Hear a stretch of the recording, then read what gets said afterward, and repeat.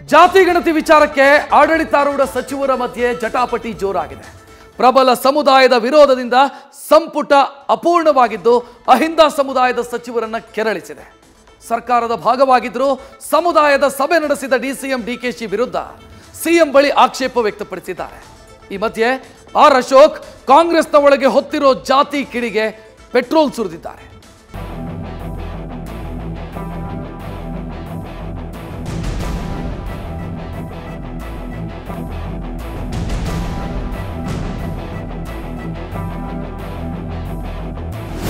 ದೊಡ್ಡ ಗಲಾಟೆನೇ ಆಗಿದೆ ಕ್ಯಾಬಿನೆಟ್ ಅಲ್ಲಿ, ಈಚೆ ಬಂದಿಲ್ಲ. ಕೈ ಮಿಲಾಯಿಸುವಂತ ಮಟ್ಟಕ್ಕೆ ಹೋಗಿದೆ ಕ್ಯಾಬಿನೆಟ್ ಅಲ್ಲಿ. ಗಲಾಟೆನೇ ಆಗಿದೆ, ಕೈ ಮಿಲಾಯಿಸುವಂತ ಮಟ್ಟಕ್ಕೆ ಹೋಗಿದೆ. ಏನು ನಾಳೆ ಆಗುವಂಥದ್ದಲ್ಲ, ಇನ್ನೊಂದು ವರ್ಷ ಆದರೂ ಆಗ್ಬೋದು. ಅದೇನು ನೀವೇನು ನಾಳೆ ಮಾಡಿ ಹಂಗೆ ಅದನ್ನು ಒಂದು ವರ್ಷ ಆದರೂ ಆಗ್ಬೋದು.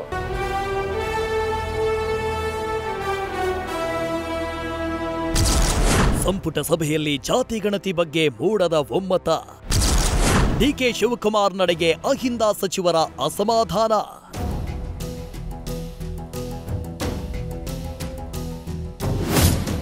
ಸರ್ವ ಜನಾಂಗದ ಶಾಂತಿಯ ತೋಟದಲ್ಲಿ ಭುಗಿಲೆದ್ದಿದ್ದ ಜಾತಿ ಜ್ವಾಲೆ ವಿಶೇಷ ಕ್ಯಾಬಿನೆಟ್ ಸಭೆ ಬಳಿಕ ಕೊಂಚ ತಣ್ಣಗಾದಂತೆ ಕಾಣಿಸ್ತಾ ಇದೆ. ಆದರೂ ಒಳಗೊಳಗೆ ಬೂದಿ ಮುಚ್ಚಿದ ಕೆಂಡದಂತೆ ಹೊಗೆಯಾಡ್ತಲೇ ಇದೆ. ಸಂಪುಟದಲ್ಲಿ ಪ್ರಬಲ ಸಮುದಾಯದ ಸಚಿವರ ತೀವ್ರ ವಿರೋಧದಿಂದ ಯಾವುದೇ ನಿರ್ಧಾರಕ್ಕೆ ಬಾರದೆ ಸಂಪುಟ ಅಪೂರ್ಣಗೊಂಡಿದೆ. ಇದರಿಂದ ಅಹಿಂದ ಸಮುದಾಯ ಸಚಿವರು ಸಿಎಂ ಬಳಿ ಅಸಮಾಧಾನ ಹೊರಹಾಕಿದ್ದಾರೆ.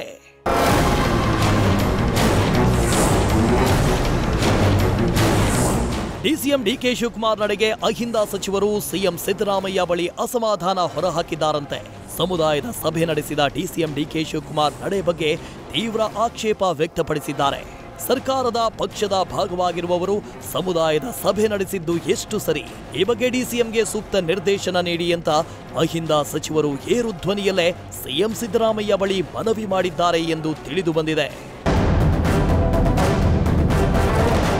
ಸಂಪುಟದಲ್ಲಿ ಜಾತಿ ಗಣತಿ ವರದಿಗೆ ಪ್ರಬಲ ಸಮುದಾಯದ ಸಚಿವರ ಏರು ಧ್ವನಿಯಲ್ಲೇ ಆಕ್ಷೇಪ ವ್ಯಕ್ತಪಡಿಸಿದ್ರು ಎಂಬ ಮಾತು ಕೇಳಿ ಬರ್ತಾ ಇದೆ.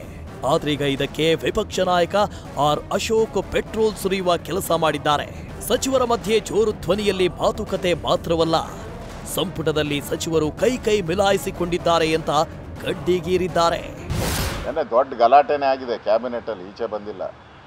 ಕೈ ಮಿಲಾಯಿಸುವಂತ ಮಟ್ಟಕ್ಕೆ ಹೋಗಿದೆ ಕ್ಯಾಬಿನೆಟ್ ಅಲ್ಲಿ. ನನಗಿರೋಂಥ ಮಾಹಿತಿ ಕೈ ಮಿಲಾಯಿಸುವಂಥ ಮಟ್ಟಕ್ಕೆ ಹೋಗಿದೆ. ಆ ರೀತಿ ಒಡೆದಾಟಗಳಾಗಿದೆ. ನಿನಗೆ ಬೇಕಾದ ಜಾತಿಗಳನ್ನ ನೀನು ವೈಭವೀಕರಿಸಿದ್ರೆ ನಾವೇನು ಕಳ್ಳೆಕಾಯಿ ತಿನ್ನಕ ಬಂದಿರೋದು ಸರ್ಕಾರದಲ್ಲಿ? ನಿನ್ನೊಬ್ಬನಿಂದ ಏನು ಸರ್ಕಾರ ಬಂದಿಲ್ಲ, ನೀನೇನು ಸರ್ಕಾರ ತಂದಿಲ್ಲ ಅಂತಲೇ ಜಗಳ ಆಗಿರೋದು ನನಗಿರೋಂಥ ಮಾಹಿತಿ. ಇನ್ನು ವಿಪಕ್ಷ ನಾಯಕ ಆರ್ ಅಶೋಕ್ ಮಾತಿಗೆ ಪ್ರತಿಕ್ರಿಯಿಸಿರುವ ಸಿಎಂ ಮತ್ತು ಡಿಸಿಎಂ, ಸಂಪುಟದಲ್ಲಿ ಕೇವಲ ವಿಚಾರ ವಿನಿಮಯ ಆಗಿದೆ, ಅಪೂರ್ಣ ಚರ್ಚೆ ಆಗಿದೆ, ಆದರೆ ಯಾರೂ ಕೂಡ ವಿರೋಧ ವ್ಯಕ್ತಪಡಿಸಿಲ್ಲ ಅಂತ ಸಬೂಬು ನೀಡಿದ್ದಾರೆ. ಕ್ಯಾಬಿನೆಟ್ ನಲ್ಲಿ ಚರ್ಚೆ ಆಯಿತು, ಅಪೂರ್ಣ ಆಗಿದೆ, ಅಂಕಿನ ಮುಂದಕ್ಕೆ ಹಾಕಿದ್ವಿ, ಮುಂದಿನ ಕ್ಯಾಬಿನೆಟ್ ಮೀಟಿಂಗ್ಗೆ ಚರ್ಚೆ ಆಗಿದೆ. ಬಟ್ ಯಾರು ವಿರೋಧ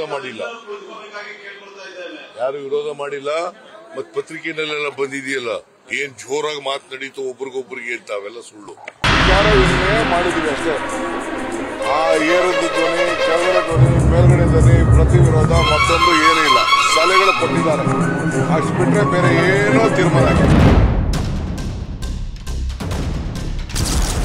ಕುತೂಹಲ ಮೂಡಿಸಿದ ಮುನಿಯಪ್ಪ ಸತೀಶ್ ಜಾರಕಿಹೊಳಿ ಭೇಟಿ.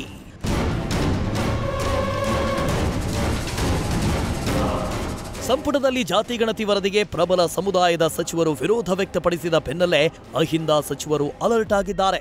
ಇವತ್ತು ಸಚಿವ ಕೆಎಚ್ ಮುನಿಯಪ್ಪ ನಿವಾಸಕ್ಕೆ ಸತೀಶ್ ಜಾರಕಿಹೊಳಿ ಭೇಟಿ ಕೊಟ್ಟು ತಾಳ್ಮೆ, ವಿಶ್ವಾಸ ಮತ್ತು ಒಗ್ಗಟ್ಟಿನ ಮಂತ್ರವನ್ನ ಜಪಿಸಿದ್ದಾರೆ. ಶೋಷಿತ ವರ್ಗಕ್ಕೂ ತೊಂದರೆ ಆಗಲ್ಲ ಮತ್ತು ಲಿಂಗಾಯತರ ಒಕ್ಕಲಿಗರಿಗೂ ತೊಂದರೆ ಆಗಲ್ಲ. ಸರ್ಕಾರ ಎಲ್ಲರೂ ಸೇರಿ ಸರ್ಕಾರ ನಡೆಸ್ತಾ ಇದ್ದೀವಿ. ಇನ್ನೂ ಚರ್ಚೆ ನಡೀತಾ ಇದೆ. ನಾವು ತೀರ್ಮಾನ ಈಗ ಹೇಳಕ್ಕೆ ಸಂದರ್ಭ ಅಲ್ಲ.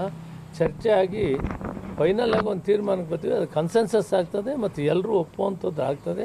ಯಾವುದೇ ವರ್ಗಕ್ಕೆ, ಅದು ಒಕ್ಕಲಿಗರಾಗಲಿ, ಲಿಂಗಾಯತರಾಗಲಿ, ಹಿಂದುಳಿದವರು ಯಾರಿಗೂ ತೊಂದರೆ ಆಗಲ್ಲ ಅಂತ ತೀರ್ಮಾನ ತಗೊಳ್ತೀವಿ. ಸಮಸ್ಯೆ ಇದೆ, ಜಟಿಲವಾಗಿದೆ.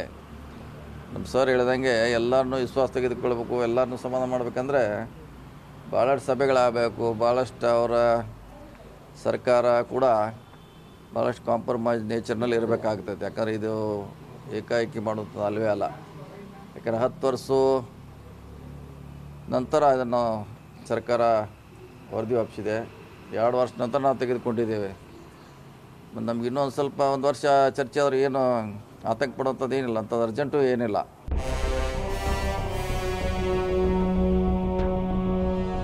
ಅದೇನೇ ಇರಲಿ, ಜಾತಿ ಗಣತಿ ಎಂಬ ಜೇನುಗೂಡಿಗೆ ಕೈ ಹಾಕಿರುವ ಹಸ್ತಪಡೆಯಲ್ಲೇ ಪರವಿರೋಧ ತಾರಕಕ್ಕೇರಿದೆ. ನಿನ್ನೆ ನಡೆದ ಸಚಿವ ಸಂಪುಟ ಸಭೆ ಅಪೂರ್ಣವಾಗಿದ್ದು ಲಿಖಿತ ರೂಪದಲ್ಲಿ ಪತ್ರ ನೀಡುವಂತೆ ಸಚಿವರಿಗೆ ಸೂಚನೆ ನೀಡಿದ್ದಾರೆ.